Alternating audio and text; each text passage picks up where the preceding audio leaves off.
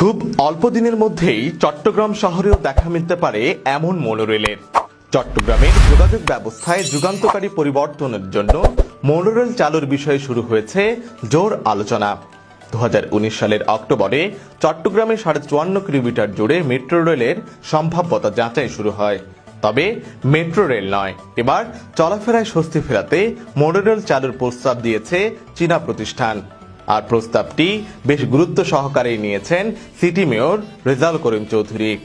নগরীর যাতায়াত ব্যবস্থায় গতি আনতে মোনোরেল চালুর প্রস্তাব নিয়ে চট্টগ্রাম সিটি কর্পোরেশনের মেয়রের সঙ্গে সম্প্রতি সাক্ষাৎ করেছেন চায়না প্রতিষ্ঠান Yuhai international economic and technical cooperative company limited ও চায়না রেলওয়ে কনস্ট্রাকশন কোম্পানি লিমিটেডের একটি প্রতিনিধি দল।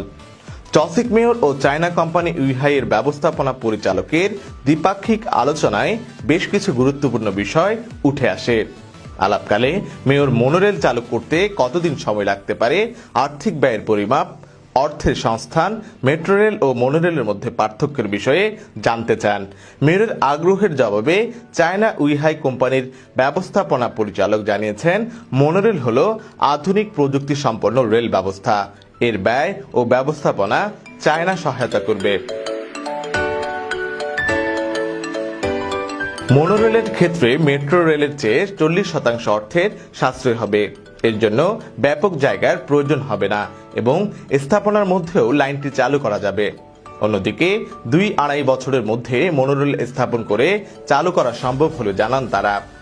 মেয়র তাদের প্রস্তাবনা শুনেন এবং লিখিত আকারে বিস্তারিত তথ্য জমা দেওয়ার আহ্বান জানান। নগরীর একেখান থেকে কর্ণফুলী ব্রিজ, কালুরঘাট থেকে শাহ আমানত বিমানবন্দর, অক্সিজেন থেকে বিমানবন্দর, লালখান বাজার থেকে বিমানবন্দর, এই 4টি রুটের উপর জরিপ ও পর্যবেক্ষণ করে সম্ভাব্যতা যাচাই করা হয়েছে। এই দুটি প্রস্তাবনার উপর যাচাই বাছাই করে জনসংখ্যার ঘনত্ব, সময় ও আর্থিক সাশ্রয় বিবেচনা এবং যাতায়াত ব্যবস্থাকে টেকসই করতে মোনোরেল চালু করলে যদি সমস্যার সমাধান হয় তাহলে সে বিষয়ে সিটি কর্পোরেশন ইতিবাচক থাকবে বলেও জানান তিনি। মেট্রো রেল করতে গেলে যথেষ্ট জায়গারও প্রয়োজন হয় এবং অর্থেরও প্রয়োজন হয়।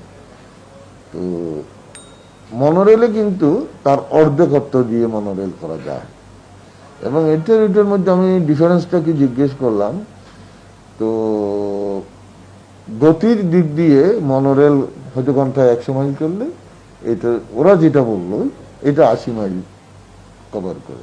যানজট কমানোর উপায় হিসেবে বিশ্বের বিভিন্ন দেশে চালু আছে মোনোরেল। তবে চট্টগ্রাম শহরে মোনোরেল কেমন হবে, কোথা থেকে শুরু হয়ে কোন রুট ধরে চলবে আর এই মোনোরেল আসলে কতটা কার্যকরী হবে, এ নিয়ে চলছে বিস্তর আলোচনা। দেখা হচ্ছে নানা স্বপ্ন।